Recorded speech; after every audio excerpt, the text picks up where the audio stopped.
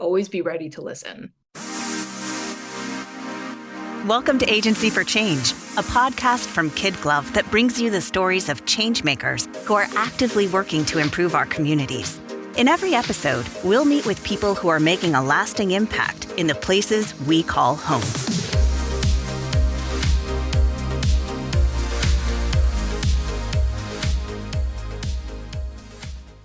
There's a saying in the world of business about consultants, and it's this: consultants take your watch and they tell you the time.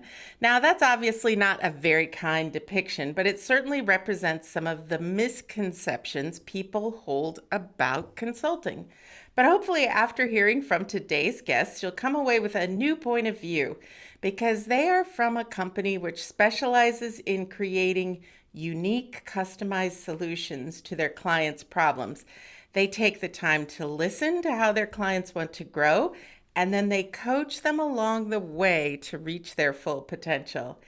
And here's something cool: they've just become Nebraska's 7th certified B Corp, a pretty big accomplishment. So stick around to the end as we dive into all things consulting, discuss one of our guests' upcoming book, and find out how they are changing the world. Hey everyone, this is Lynn Weinman, President and Chief Strategist at Kid Glove.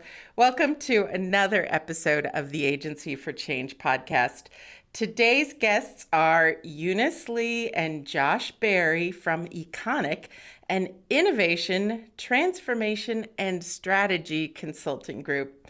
Eunice and Josh, welcome to the podcast. Thanks, Lynn. It's great to be here. Excited to be on the show with you, Lynn. Thanks. Yeah, I have been really eager to talk to the two of you because of the really interesting things you're doing and some of the great accomplishments and new things you've got going on. But Eunice, let's start with you.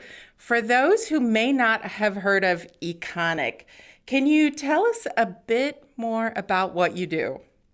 Yeah, sure. So Econic, we're a small team of facilitators and coaches. In general, we are an innovation, transformation, and strategy consulting group. We're based in Lincoln, Nebraska, but we have a good number of people kind of scattered across the country. We got some people in Omaha, Denver, myself. I'm located in Virginia, but we're a great team. I think a lot of us come from very different backgrounds, so we definitely bring kind of an interdisciplinary approach to the innovation and transformation work that we do. I love that. You know, Josh, you and I are both located in Lincoln, Nebraska, with business around the country. But I remember when you started Econic. Can you tell us a bit more about how you got the start and what were those early days like? Yeah, Lynn, we will celebrate our 7th anniversary this December. Congrats. And thank you. And like you know, when you're starting out and you're just small, you're kind of figuring out, what can I do to provide value to people? For sure. And what can I do to provide value that people will pay for too? Important part. Yeah. Absolutely. And it's really out of that Econic continued to grow.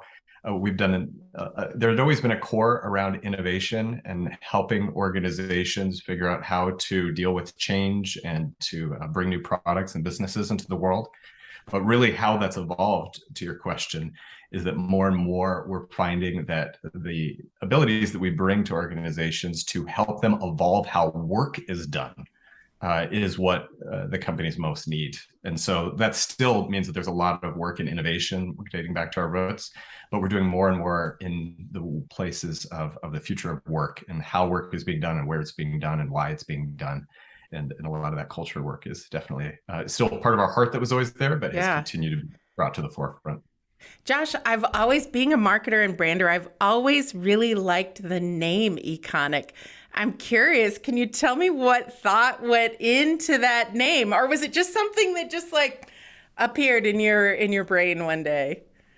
Well, I cannot take ownership for the name. It was a name that Brian Ardinger, my co-founder, had before we started Econic. It eventually became to mean to us kind of iconic and entrepreneurship. And so that's where Econic came from. And a little bit of it was back to your marketing mind. The company that I had started on my own was called Smart Matter, which was smart work on things that matter. Yeah. And his was Econic. And Econic just marketed way better. Oh, and yeah. So Yeah. we started with Econic, and it's kind of stuck. So I like it. I like it very much. So in the intro, we talked about how sometimes consulting gets a bad rap. I'm wondering if you could set us straight. Maybe Eunice, can we start with you? Tell us about the positive side of consulting. So I think, the reason why people ask consultants for support is often that they need a, outside perspective on how to get something done or how to fix a situation or solve a problem. And I think the positive is that you bring diverse minds and people together in a space where you can solve that problem together. And what I really enjoy about the work that we do is that we get to meet people from very different backgrounds and come to the table to solve that together. You would never be in the same room had it not been for that opportunity. So I love that experience. I think what people get wrong is that we as consultants have the answers and that we have this playbook that we're going to plop in front of you and we know what to do and we're just going to tell you what to do. But I think in reality, I don't think that's the case at all. I'm sure there are plenty of companies that do that and perhaps they're successful. But I think what makes us successful is that, we really take time to sit down and talk to you. We might have some frameworks that work, some things that have worked in the past, whether it comes to innovation or culture transformation or leadership strategy. But I think we always take our own spin, but then also, listen to you, like, what do you need as a company that has your own identity? You as the company know your culture better than anybody else. So let us hear a bit about that. And then let's tailor the things that we know that work to, what works for all of you. So there's no right or wrong answer and there's no ready-made solution. I think that's what people get wrong all the time. So we kind of get over that little hump in the beginning of our relationships that we build with our clients, I think, and try to show that, things can be a more organic or people-friendly kind of relationship-based experience. That's a great explanation. Eunice, I think Kid Glove is at our best when we're working with consultants or coaches that are asking us the hard questions that we maybe wouldn't ask ourselves and that are bringing in perspectives that we don't have in our own little internal universe. Josh, I love your thinking on this topic. Yeah, one of the things when we started Econic is I did not want to be a leechy consultant. And what I mean by that is well, I'll tell you what we try to do on the opposite, which is how are we building capabilities within the organization to be able to even do some of the things that we're doing now. So there's one of our healthcare clients that we work with, helping them with their innovation work. We're constantly kind of bugging him about, is he adding staff? Is he adding people that we're training so that we can build those capabilities within them versus, trying to do things that just keep us on their payroll. Yeah. And so that's also probably a little bit of a flip in the past, at least compared to maybe some more traditional consulting, is if we are constantly putting what we think is best for the client, even over our own interests, that ends up working out better for everybody. And that means building capabilities within them, even sometimes to do the things that we could do for them. Yeah, I imagine even if you do your job well, you might be working yourselves out of a contract, right? Quite often. And that's, interestingly enough, that is how we have ended contracts, but also at a macro level, how we keep doing more work with those same clients. Because there's always that next project. The growth never stops. The change never stops. There will be the next thing. 100%. And I think that undercurrent of how we serve them and the way that we served them and created value is more important than that particular project. There's a specific mid-market engineering firm that we work with, and we've had over the entire relationship of Econic. We've worked with them, and one of the things that's great is we have a strong enough relationship with the senior leadership there that they can say, "Is it time to do this project?" And I've been able to say sometimes, "No, I don't think that makes sense right now." Yeah. And because we have that trust, and because we're not that consultant who needs that business in that moment. It actually, the undercurrent, it leads to a much broader, richer, valuable relationship for everybody. I love that. Josh, you have mentioned now healthcare, you've mentioned manufacturing. Are there any specific industries that Econic focuses on, or are you kind of all across the board? I would say we do best in more traditional industries, like you just said Okay. there. So we have clients in financial services, insurance, manufacturing, healthcare. Typically, those who have some sort of consumer interface and are trying to understand how best to navigate constantly shifting consumer needs, Yeah. but then also people who have a high contingency of professional workers, where the work environment and jobs are shifting quite a bit. And I would say, organization-wise, we probably work best with organizations of several hundred people to several thousand people. So kind of in that mid-market space. A larger organization, then that makes a lot of sense. I think too, in the last 3 years since the onset of the pandemic, those two things that you mentioned, consumer facing business and professional workforce, so many changes and they just continue to change. And as a business owner, we're just continually trying to get our arms around the shift. We used to use the word, I think, the new normal, or when we return to normal. And I've stopped using those terms because I don't think there will ever be a new normal. It's just going to continually change and change and change. Yeah. I would agree. So back to your question about maybe an approach that is unique to us. We see the work and the projects that we do as a means for people to practice exactly what you're saying, which is that ability to be more change ready and to be set for it. Right? Like if you just come in as maybe a traditional consultant and say, here's the project you need to do and adopt this new thing, the company and the individuals themselves never learn how to adapt. Yeah. And that's what we're trying to do through the work. Eunice, maybe you can talk. You got to help with a large utility company and used the work to be able to help them practice the capabilities of how to adapt. Yeah, so this public utility that we worked with, they came to us wanting to get ready for a lot of operational changes. At a very high level, they were looking to transition from coal to renewable energy over the next few decades. And so with these changes in mind, how do they get their employees to be ready for all the drastic changes operationally, but then culturally that would occur? And so one of the things that we did was to get them to think about the future of work, reimagine what work at a very traditional company looks like. Dream big. Can you think of ways that we can better support you now that we've been through the pandemic, where people can come to the work feeling safe, feeling psychologically safe? That was a big part of it.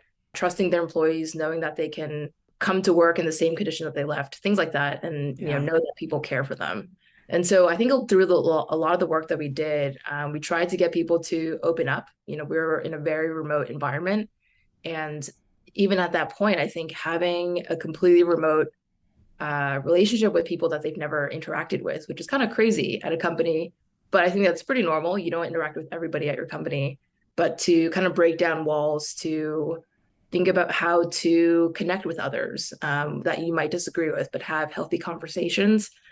Through the work, I think people were exposed to new thoughts that they wouldn't have had we not brought these folks together, and then ultimately have people engage in very enriching conversations and probably very contentious and controversial conversations around how leadership should be, perhaps, or how benefits should be distributed. What does transparency in policies or, whatever, what does that look like at work? And we allowed this team, this close group of people that we worked with for about 18 months actually, to engage with other leaders and get them to think differently about the way that they were thinking about work. And so it was just really interesting. And at the time, we had thought about, what does normal look like? Do we go back to normal? If that question can never get answered, then, then what do we do? I guess this is just an example of kind of the enriching environment that we were able to create just by facilitating conversations for people to just let their guard down and then have conversations about things they probably never would have had about just what work should look like for them so that they can continue to thrive and actually enjoy. work. Yeah, Eunice, thank you for that example because that really illustrates to me the work that you do. And as you were talking about the kinds of conversations you have with organizations, I could see where those are not easy conversations to kick off on your own, and how you could come in and create some safety around the conversation and help facilitate some trust between all different levels. So what a great example. I've been really eager to talk with the two of you because for a number of reasons. One, to learn more about the work and hear that example, but another is because you are a new certified B Corp, only the 7th in Nebraska. Kid Glove is also a B Corp, something we're very excited about and proud. So I know, Eunice, I've heard that you led the project. Can you give us a bit of an idea of what that was like getting certified? Yeah. So as you said, we're the 7th, and it's pretty great. It's a great accomplishment, and I'm glad that we're in some good company with you, Kid Glove. I actually got involved in the B Corp project pretty early on when I first started. It's been about 2 years since I've been with Econic, and I was not the original, impetus or the catalyst to making it happen. There's another team member, Tiffany Dunnigan, who had thought about B Corp. She was very familiar with the movement. From what I understood, the team was exposed to what that movement was, what the certification was, and especially at the time, this was mid to late 2020 when not just Econic, but also the world, and especially the United States, we were having lots of conversations around race and racism and bias and things like that. And so I know because this was before I had joined Econic, there are a lot of conversations around, in the face of this and how the world is headed, what can we do to put some action behind our words? I think Econic has always been a very intentional, people-focused kind of organization. And the way that we've thought about positive impact has always been about, how are you growing? How are we positively helping the people that we serve growing? And so a lot of the ways that we think about impact, I think, really aligned with the way that the B Corp movement is. And so I think it was a natural continuation and just kind of validation in a lot of ways for the work that we've already done. And so I coming from a sustainability background, most of my background's in environmental sustainability, but in this space, we learned that it's not just about the environment, but also the people side and the community side. It was a really awesome experience for me to kind of bring all of that background, perspective, passion into this work with Econic. And so, as you know, Lynn, the B Corp process is kind of rigorous. Yes. There's a lot of documentation. It's not very sexy, but it gets you really thinking about how you can change policies or add new programs or engage with different people and I think it's become kind of a cliche phrase, but use business as a force for good. Yeah. I know B Corp, uses that quite a bit too, but I mean, genuinely, we have shifted, and Econic has been a very fluid organization, as I've understood. That's the way a lot of startups are, right? And I think if you're not fluid and adaptable in today's environment, watch out, because I think you need to be, right? Yeah, but I guess fluid in the sense, and lots of positives, but also, we're still a pretty small organization, but things were just kind of understood. And so some things that the B Corp process forced us in some ways, for better or for worse, I don't know, us to do is, put some things down on paper. And so we have some accountability. And so what we do is create team agreements rather than policies where, someone like Josh would put something out and have everyone, somewhat agree to it or follow it. But what we do instead is propose ideas that kind of align with, some things that are in the B Corp assessment. So for example, like an environmental stewardship agreement where we agree to follow certain guidelines and everyone has a chance to give their input, ask for edits, things like that. But we ultimately agree that we will follow this agreement as a team. And I think so far it's been successful. There's some things, around leadership and pay and time off and things like that are part of our team agreements that have come out of having started this B Corp process. So there's a lot of good that's happened, and there's still a lot, as you know, that can continue to evolve as we continue to recertify. But yeah, it's been a long process to get started, get certified, and it's been a good journey, great learning experience for myself and I think for the team. And it's great to now finally be part of the Nebraska community, and Yeah. be this B Corp. Eunice, if people could see me, I am nodding my head because it feels like our experience mirrors your experience to a certain extent. We went in wanting some validation, that we were a company that was doing good. And as we went through the process, which was rigorous, it was long, it was not sexy, all those things that you said, but it was so worth it because it made us better. And as companies grow from startup, and they evolve, there's so many things that are intended by the founder or intended by the leaders that are just understood. But, as you get more and more employees and they're located all across the country or all across the world, having those documented or even just stretching your mind to think about new things. So, Josh, as you and Eunice and the team went through this process, was there anything that really surprised you? If we think about this whole process, and what has surprised me is there's still a lot of organizations out there that still need convinced, in some way, that it's possible to do good in business while doing good. Yeah. And so while that isn't necessarily a surprise about our process going through B Corp certification, this movement has been around for quite a while now. And the fact that it has not picked up enough steam is kind of surprising to me. Yeah. It actually led to some of the impetus for the book that I wrote, actually. All right. Well, we are going to talk about the book in a little bit because that is the third reason I cannot wait to talk to you. But Josh, I'm going to agree with you. I don't understand why there aren't 70 or 700 Nebraska businesses that have achieved certification, because I feel like there are a lot of businesses that have the intent of doing good. I think there might be a misperception that through B Corp certification, you lose some autonomy or control over your business. And I didn't find that at all. I think that's the magic of, there's a 200-point scale.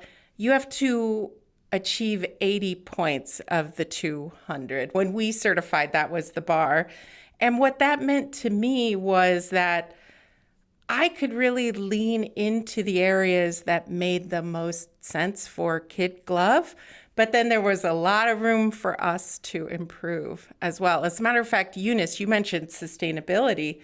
That was the area that Kid Glove scored the lowest on, not because we were doing anything wrong, but it just hadn't, we also are, as an advertising agency, we're not manufacturing. We don't have chemicals. We don't produce a lot of stuff. Mostly everything we do is digital.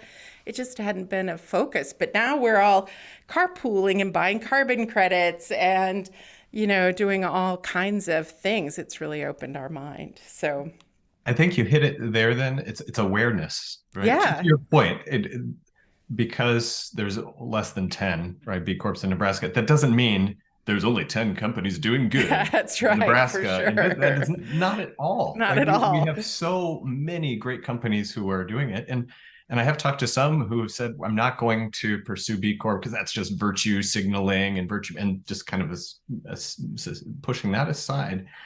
I think for us, it's just continued awareness and, as Eunice said, validation, right? Yeah. Created a beacon for our organization to look at, and created some other windows to be able to look at this space through. And so I saw it as only value added on the journey that we were on, not an ends of itself, right? Yeah. That we were doing. And so I definitely encourage people to take a look at the B Corp process and even the application, just for the sheer point that you just said. It creates more awareness. Hey, Josh and Eunice, I want to take a quick break here because there is something I want to share with our listeners. I know many of them are in the field of marketing, and there's no denying that digital is a demanding and competitive space. And unfortunately, even today, with all the progress that's being made, women are still grossly underpaid and underrepresented. But there's a powerful tool where women can share our knowledge and connections with each other. Together, Digital Power Lounge. Let me say that again. It's Together Digital Power Lounge. And just like Agency for Change, it's a podcast where you'll hear authentic conversations from women with diverse perspectives, valuable expertise, and the desire to change the world for the better. That's my favorite part. So I encourage you all to listen with host, owner, and chief empowerment officer, Amy Vaughn, as she builds a collaborative community where women can find education and empowerment and become their best selves personally and professionally. Listen wherever you get your podcasts or at www.togetherindigital.com, and we'll get that in the show notes. All right, Josh and Eunice, let's get back to our great conversation. Josh, do you have any advice? So let's say somebody's listening and they want to go after B Corp certification. Do you have any advice for them? I think there's a lot of great resources online. Eunice, maybe you can talk to this a little bit more, but we actually partnered with a local organization, Sea Change, to help us with our work. We partnered with Sea Change as well at Kid Glove, and we've done some great podcasts with Graham and Kyle at Sea Change too that we'll actually link up in the show notes. I think that's great advice to get a partner to help you through the process. Yeah, I think someone who, at least for us, we were not in the position of needing, ideation support in how to be more socially minded or structure things differently in our governance or whatever. But, even having someone who understood the process, the kind of the boring administrative side, having a partner to just kind of hold your hand and get you through the end and cross the finish line, I think that was a big help. But I think, before we even start that, certainly the advice would be take a look. The B Corp movement it's small, but really mighty. I think there are some really big names that are part of this movement. And so I think people will be very surprised to know that some very recognizable names are part of this. Yeah. And I think there's a lot that we can be inspired by, and even those who are already certified. The B Corp website has a great directory of all the companies who are certified, and you can easily learn more about what people are doing. And there's no single way, I think, to run your company as a B Corp. I think that's the beauty of it. You can always take your own spin. The application process is only a guideline, and the guideline is, sure, it's rigorous, but it is loose enough where you can do things in your own way and keep your own identity. So I think definitely take the time to see what else is out there, see what types of industries are in the space, be, I guess, happy that, it's not just a one industry kind of space. And then the last thing I guess I would say is I think it's really important to know what your values are as a company. I think we at Econic have such strong values that kind of help us, show up every day, help us do the work and dictate probably a lot of our decisions. And, for example, whole person is a big part of our core values. And so that drives a lot of the ways that we create teaming agreements that support people's ability to show up as whole people. And so I think if you know your values and you kind of reflect on them, perhaps you need to change them. It doesn't matter. But as long as you know what your values are, I think that helps you then figure out, what is going to help me focus on what matters for my company. Yeah. Should I go through the process of the B Corp assessment? I just think that core values and purpose statement are such a guiding light that help provide clarity in decision making and focus. I think that's great advice. And Eunice, I want to build on that idea of whole person, because I know you also describe Econic as being a people-centered business. I'm just curious, what does that mean to the organization and how does it look in practice? Yeah, that's a great question. And I would actually love to hear Josh's perspective on this after. I think being people-centered first and foremost is that you are, I guess, starting or going at, a situation with the relationship in mind. You are, for example, if you're meeting someone new, maybe it's a client or, maybe a potential friend, you're trying to get to know that person first rather than thinking about what can I get out of the situation. Right. You're trying to build a rapport, a friendship, and build some comfort and trust, and then go from there. Maybe you can build a partnership that leads to something else. I think it's being people-centered also means you are caring for others, being empathetic, or at least sympathizing. I think personally there is a difference between empathy and sympathy. Perhaps you might never truly be able to step in the shoes of someone and empathize with their situation.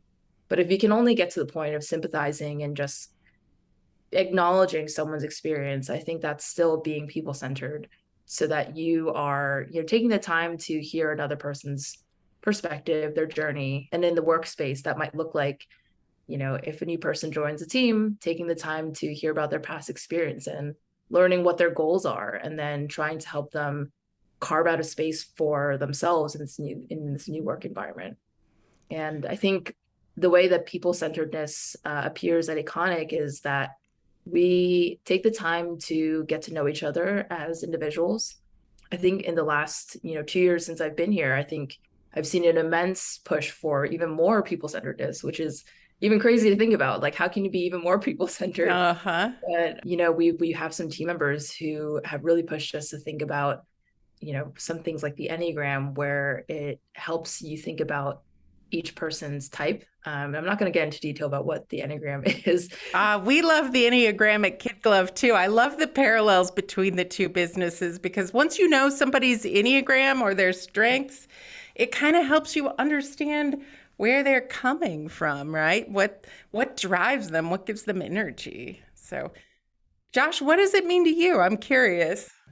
So whole person was one of our original 4 core values when we formed Econic, and it's still survived.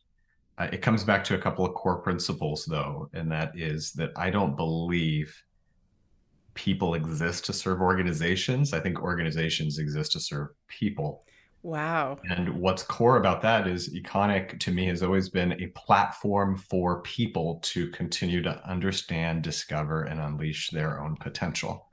And that potential, you have to understand a person as a whole person then, to be able to truly understand where they're going. And if you start to hold that as a core belief, that then influences a lot of different practices, right, in the ways of where you're going. So how you get new projects or new clients. A lot of that comes back to, is it connected to a passion or area of growth for one of our team members? Thinking about how we manage our teams. We have a weekly kickoff meeting with a core team. And one of the 2 metrics that we capture each week is, on a 1 to 10 scale, what's your whole person score? And that's whatever it means to you. For you, it can be physical, it can be mental, spiritual, whatever. You don't even have to tell me what it is, but where are you 1 to 10 in terms of your whole self coming to work? Because that understanding of how we can be there for each other and how the work leads to that is, work outcomes are important, but this whole person stuff is even over those work outcomes, because they end up taking care of themselves. At least that's what we've been able to see in practice. Josh, what you just said there was pure gold. That was so good. I think you ought to consider writing a book. Have you ever thought about that?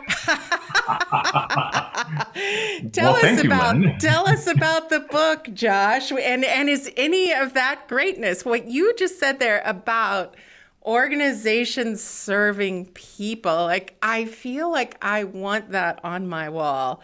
So tell us a bit more about the book. Yes, the book does have some of that content in there, and it goes back to what we were talking about a moment ago. It goes back to the point before of what is stopping leaders from embracing some more of these people-centered ideas. And what I dug into was, I was doing a bunch of research for a book that I didn't know specifically what the topic was going to be, but I was going to start writing a book. And I was talking to all these people who led great, good, people-centered organizations who were also getting great returns on investment. And many of them used the phrase, okay, this sounds naive, but, and then gave some really awesome idea of what they did. And when I went back and looked at the pattern, I said, why does everybody use this shield of this might be naive? Yeah. And what I started to dig into and understand is they were using it as a qualifier, because in the traditional business world, oftentimes things that don't have a pure rational ROI are shunned or looked down upon. And yet so many leaders have this kind of innate idea, or maybe even a little voice of what the right thing is to do, but they don't listen to it in those ways. And so that became then the birth of this book, which is literally called Naive: Business Success and Joy Through Chosen Naivete.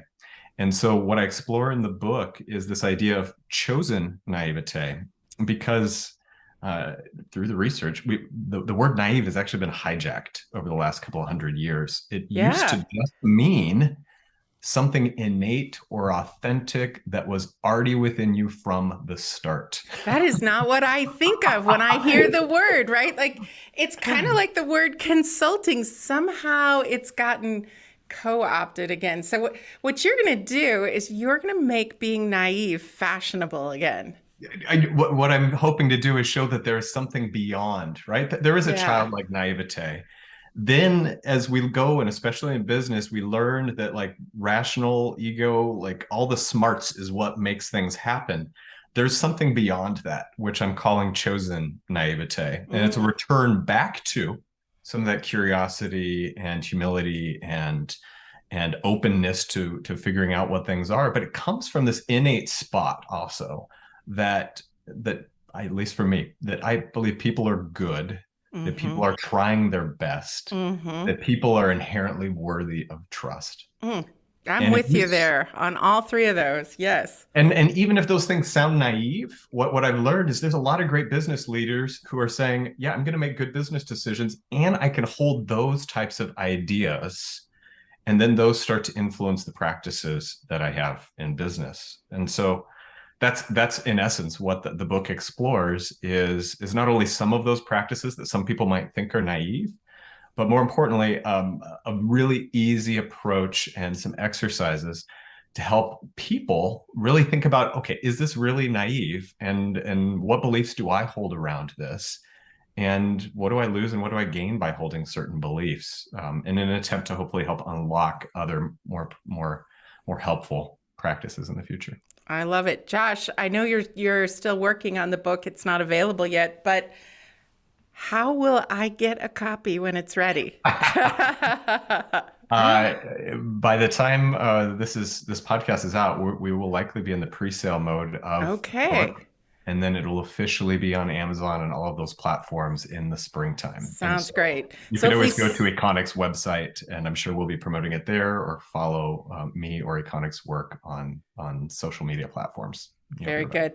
I'm inspired by authors. That's on my bucket list. I'm also inspired by motivational quotes. People who listen to the podcast know this next question is my favorite question, because the two of you have said so many great things. I'm going to ask you each to give me your own original motivational quote. And Eunice, let's start with you. Give us a few words of wisdom to inspire our listeners. Sure, Lynn. I'm actually not a quote person, so I can't put my twist on anything, but I think the way that I live my life is to always be ready to listen. I love that. Always be ready to listen. Honestly, really great advice. Josh, how about you? The one that just came to mind for me was, the world needs more of you in it. Do you tell that to your kids? I hope you do. Try to act that way. Yeah. A lot, right? It was my way of also thinking about that Howard Thurman quote, right? Don't ask what the world needs. Instead, ask what makes you come fully alive, and then go do that, because what the world needs is more people who've come fully alive. Yeah. And so, the world needs more of you in it. You guys, brilliant. Both of you. Those are two fantastic quotes. Thank you. So tell us now, we had this great conversation. How can people find out more about Econic? If they want to connect with you for some consulting, they want to find out about the book, how do they connect with you? I think the best way is to go to our website, which is Econic. That's ECONIC.co. Again, it's not .com. That extra M was going to cost us. Oh, It was going to be like $39,965. not worth it. Not worth it. Not worth it. So econic.co, or you can find Eunice Lee or Josh Berry on LinkedIn. Fantastic. Probably some great ways. We'll link to all of those in the show notes. So Eunice and Josh, as we wrap up today, what is the most important thing you would like our listeners to remember about the work that you're doing? Josh, let's start with you and then go to Eunice. I just think in terms of the work that we're doing, if you have an idea of how to activate on a bold new vision for your company, Econic can be your co-creator and collaborator to be able to help you bring those ideas to life, especially as you're thinking about growth of people or the business. And regardless if Econic has an opportunity to partner with you in those ways, it's again to remember that you already have it within you to be able to do that work. And so to find the courage and the action and the community and partners to be able to help you bring those ideas to reality. That's very inspiring. Eunice, how about you? What would you like us to remember? Yeah, I think the takeaway I would give others is that there are so many ways to make a positive impact, whether it's just you as an individual, maybe as a business or a consultant. There's plenty of opportunities. And if you need some inspiration, there are a lot of others who are doing great work. And so I would encourage you to look out and read more or look up people or businesses that are doing some really awesome things and get inspired to create more positive impact in this world. Fantastic. Josh and Eunice, this has been such an inspiring conversation. I'm going to say I fully believe the world needs more people like the two of you, more organizations like Econic. Thank you for sharing with us today. Thank you, Lynn. It's been amazing to be on here with you. We hope you enjoyed today's Agency for Change podcast. To hear all our interviews with those who are making a positive change in our communities, or to nominate a changemaker you'd love to hear from, visit kidglove.com at KIDGLOV.com to get in touch. As always, if you like what you've heard today, be sure to rate, review, subscribe, and share. Thanks for listening, and we'll see you next time.